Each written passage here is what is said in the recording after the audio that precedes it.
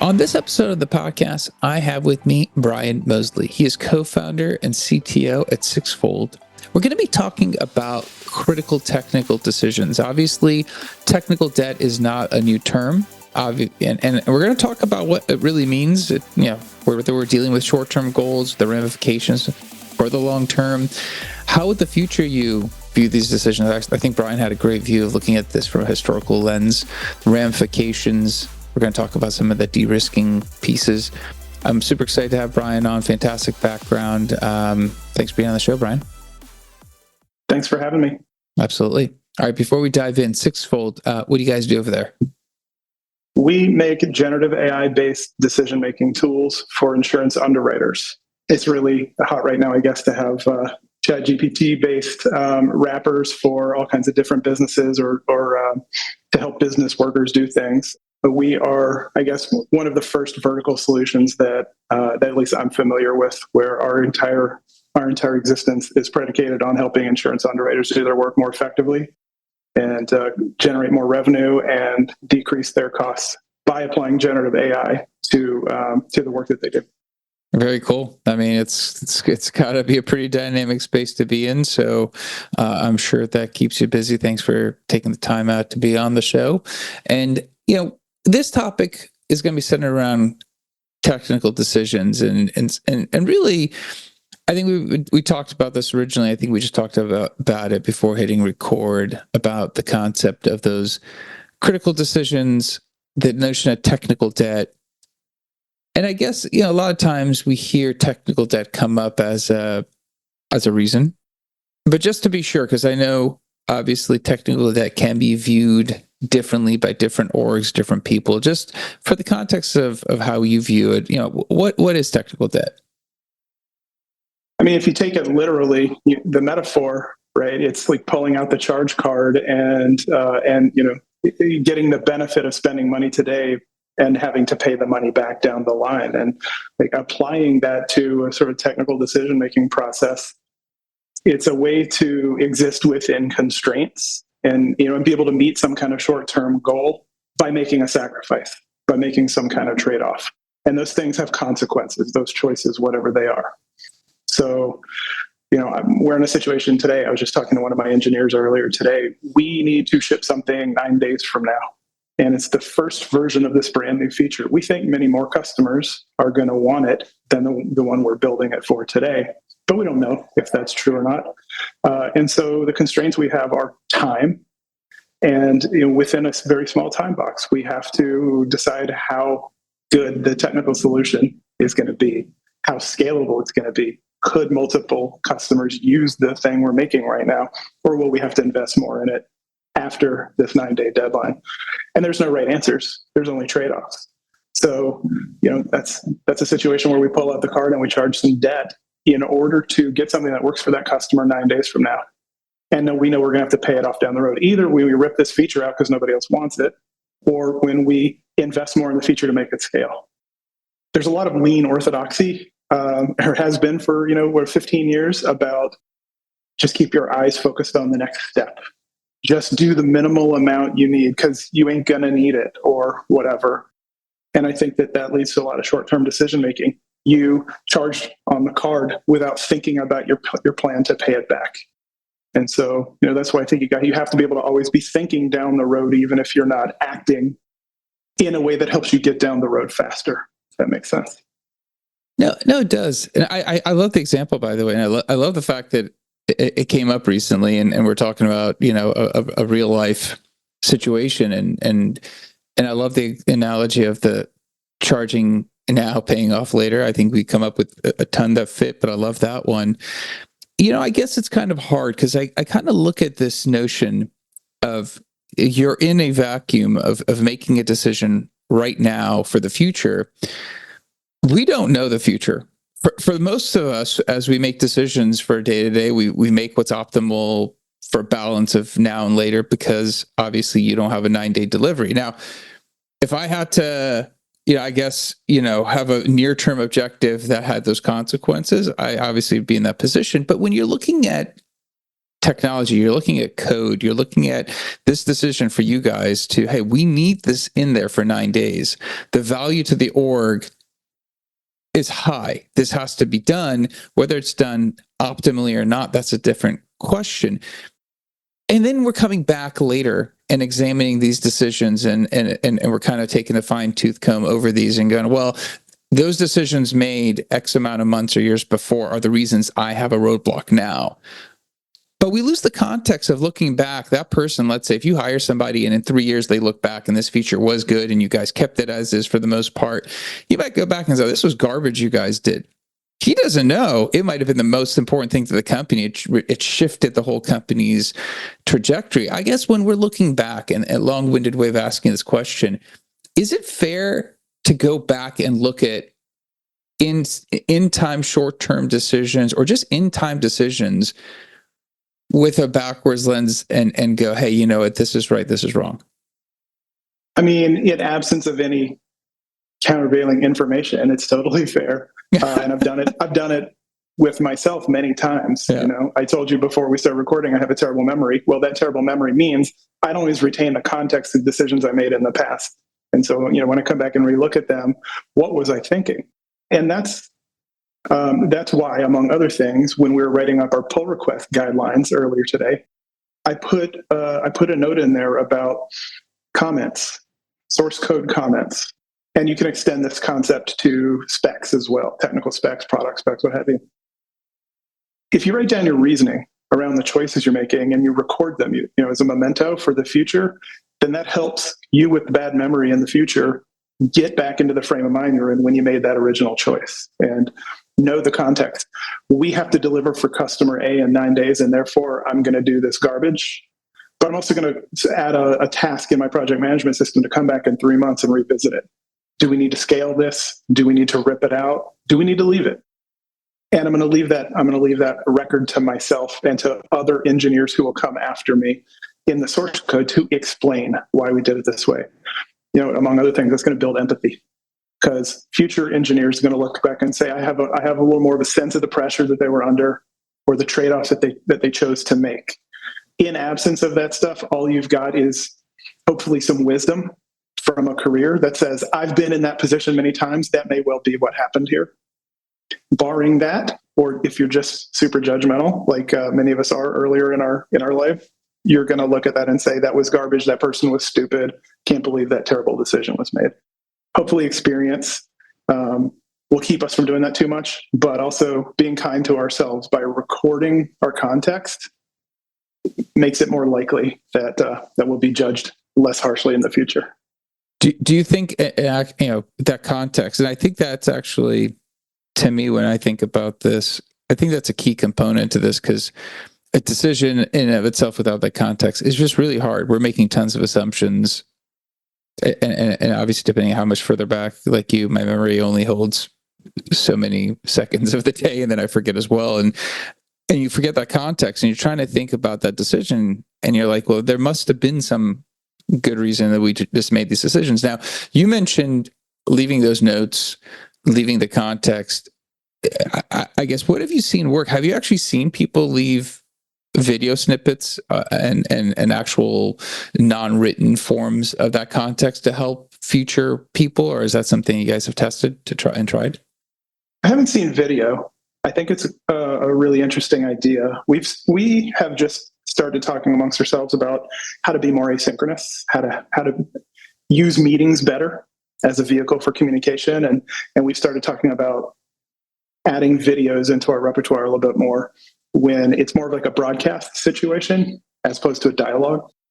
And, you know, and that can be consumed asynchronously. Well, this is a format in which like asynchronous recording of context could actually be really useful. So I love that idea, and I'll put it to my team. I worry a little bit, I guess maybe the engineer in me worries a little bit about delegating that to some third party that may not exist a year from now. But, you know, that's a solvable problem, right? Yeah, that's interesting. I like that idea a lot, because, you know, video is the densest sort of factor of, you know, for information sharing that we have, and probably what we can say in 30 seconds, you know, far exceeds what we're willing to type in order to convey the same amount of information. So much less like try to consume that in the format of a source code file or a spec doc. So I really like that idea. Yeah, as you were speaking, I was thinking about, I own a recruiting company now, but I was a software engineer, and I thought of to my days of actually commenting code, or, adding in notes about decisions at the time. I was like, damn, I probably sucked at that, because I also didn't want to spend as much time doing that as I wanted to actually get the code out. And I was like, it probably could say a lot more in 15, 20 seconds than I could have typed, and probably just would have been something I would have been okay to do on the fly. So I actually think it would be a really interesting experiment to see as we get further Gen AI tools through these various code repository products out there, whether or not they'll be able to sit on top of this type of data and actually help you down the road. Microsoft, if you're hearing this, just remember me. I'm just kidding. or random open source hacker, give us a VS Code plugin that will let me record a loom by pressing a button or hitting a keystroke while I'm in my editor. I can talk, insert a link right there. That would be amazing. You see a lot of people do that when they are trying to explain pretty much anything. I mean, I actually, when I've worked with just a developer to update our website, we've gone back and forth in Loom just to kind of help each other understand things, because trying to type it out, I was like, it's impossible. Like, I'd rather record that 1 minute Loom and send it to you. But yeah, certainly if it's in an editor, I think actually this could be a really interesting idea. I'm sure not very technically difficult to solve. I think you might put it out there yourself in the next 2 weeks, and I'll be super excited for you. But anyways, I digress. Going back to this, so obviously context is important. I think you mentioned experience and context. Let's just assume, I mean, you've been at bigger organizations as well. So Sixfold is a startup. You're a co-founder. People can go on LinkedIn, look you up. You have worked at some really nice companies in your past, and obviously have experience working in different environments, startup or big company. As you grow, and maybe this is your startup co-founder lens on this, as you grow and you're going to start seeing other people hired in, and there will be decisions, this one that you mentioned, the 9 days out product feature that needs to ship, that will come up. How do you think you and the team are going to start handling that? Because this is sort of kind of drops into technical debt and tribal knowledge. I think the two start overlapping, and that's when people hit the wall and they're like, well, I just don't know. I mean, going back to context, you might answer the same question the same way, but just kind of curious how you envision the team scaling and not hitting that tribal knowledge roadblock potentially. Yeah, I mean, it's been weird. I've been in a lot of cultures that were very meeting heavy, that were really about having conversations with each other to exchange knowledge, and didn't have, I don't know, the patience or the instinct to write things down. And I can't explain to you why cultures evolve that way. Maybe among other things, we've just, as a large culture, have lost the instinct for writing. We type, we chat, we have, we do instant message kind of communication, and we've forgotten how to write prose. So I think that's maybe part of it, and part of it is it's perceived to take a long time relative to speaking to another person, and it's not wrong, but there's a different ROI on it as well. And so I think writing things down, drawing pictures, and using those as a basis of communication to future team members, like with that in mind explicitly, I think that's just a huge part of how you scale. I think I'm really happy with how much we've written down about how to set up a development environment for a new team member. And the documentation is never perfect. It's always changing and it's always out of date. But the next person who joins has a great baseline to start from, and then they make it better. They ask some questions, they figure out some bugs, and they make the documentation better. And in that way, they start to build a little bit of depth of understanding of the system and not just follow instructions, without interrogating them or, knowing what they're doing. So I think the act of writing has to get incorporated into the larger activities of the team more for the purpose of memorializing information for future people and giving them a better platform on which to start or on which to make decisions. And when I say write, insert video here, insert audio here, like it's all these different things that aren't of the moment and transient kind of knowledge exchanges between two people. That's super important. And I want to say, whether it's been in a big company or in a small company, the value of diagramming aspects of a software system has just always been underestimated.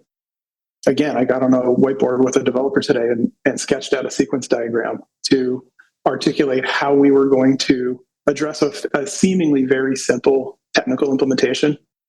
And like 5 questions fell out of a 20-minute conversation around a single diagram that developer hadn't thought of and that nobody else on the project team had thought of.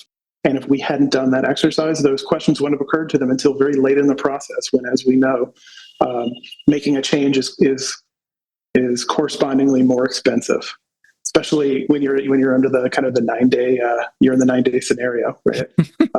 Figuring out a major architectural stumbling block 6 days into that 9-day project is going to be a really big problem. But we just noticed it by just through the virtue of having a conversation around a whiteboard for 20 minutes this morning. So incorporating those activities into your process early and getting everybody on the same page about the intent of the design or the intent of the architectural choice, or what we're going to do together, what it looks like before we get into the code. So incredibly important. Again, it's about like putting a story on paper or on a whiteboard and not just talking and assuming we are sharing definitions with the words that we're saying to each other and all of that. I'm gonna ask you a question that's going to be tangential to what we've been talking about, but also I think still fits within the conversation. Might not be popular, but that's not what I'm here for. A lot has been said, because you just talked about the whiteboard, and we're talking about technical debt. We're talking about those collaborations coming up with optimal for now. Think about those scenarios the best you can. I think all that's been great. I think the conversation fits. You mentioned the whiteboard, and I instantly think to the last 4 or 5 years where we had to work from home. There's a whole struggle and battle about people being remote now. It's a big thing. In office is less desired. You did make me stop and think and go, I wonder how much of that whiteboard collaboration that we got so used to for over decades of work experience. And again, obviously, through the pandemic, we had to accommodate that. I understand that. I'm not sure if we really came up with processes that were as easily replaceable to what we had in person. I think it's very difficult to stand and point and do some of those things with video.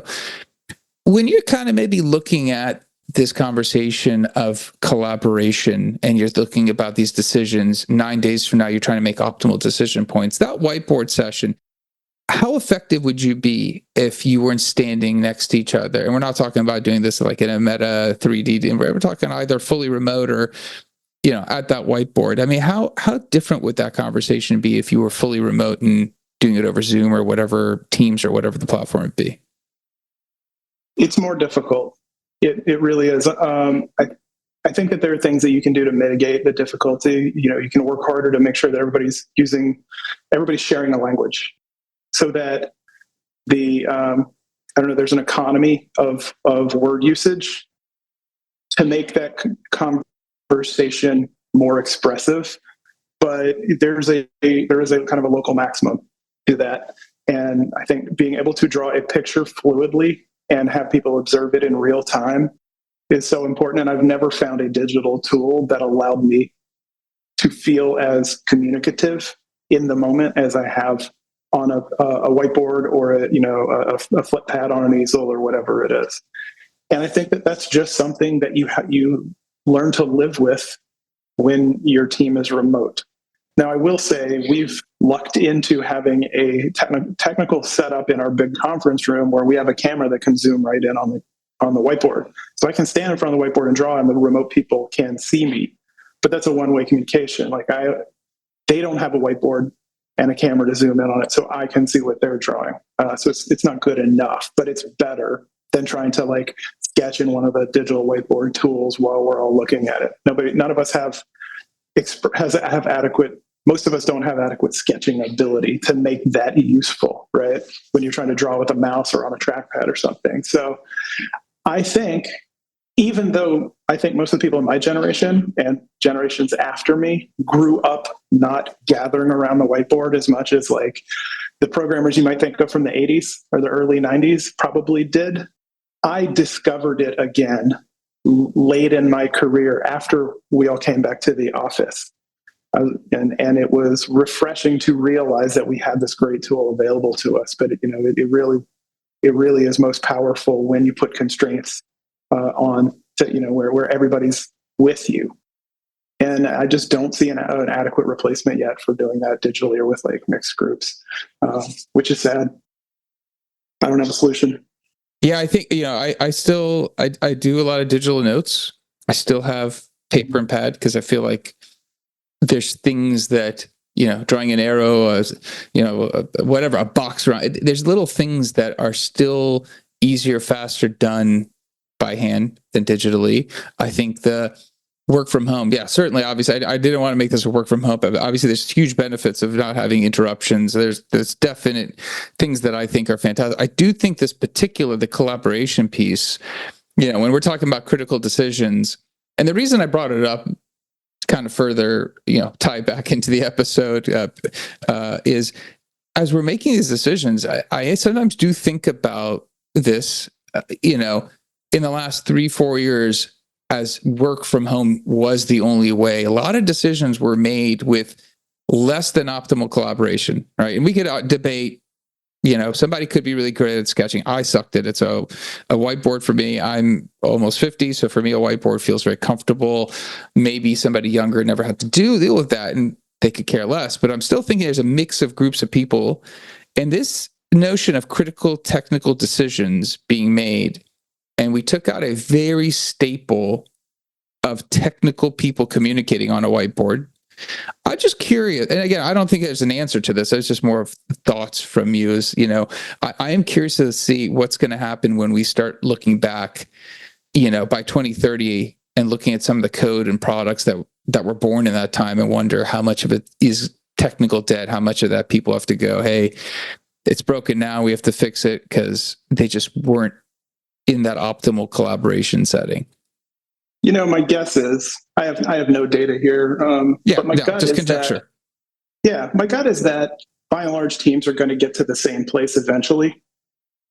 But these kinds of collaborations accelerate the process because having this habit, building this muscle, gets you to interesting decision points or gets you to understanding important potential problems with a system or with a project faster. And that means I can ship faster and I can ship more things, or my team can be more productive. I think on balance, my team is more productive when we incorporate these activities, when we have the whiteboard and we do write specs and we put a sequence diagram somewhere where everybody can stand around that real, physically or virtually, and look at it and have a conversation about it. That makes us more productive in the large.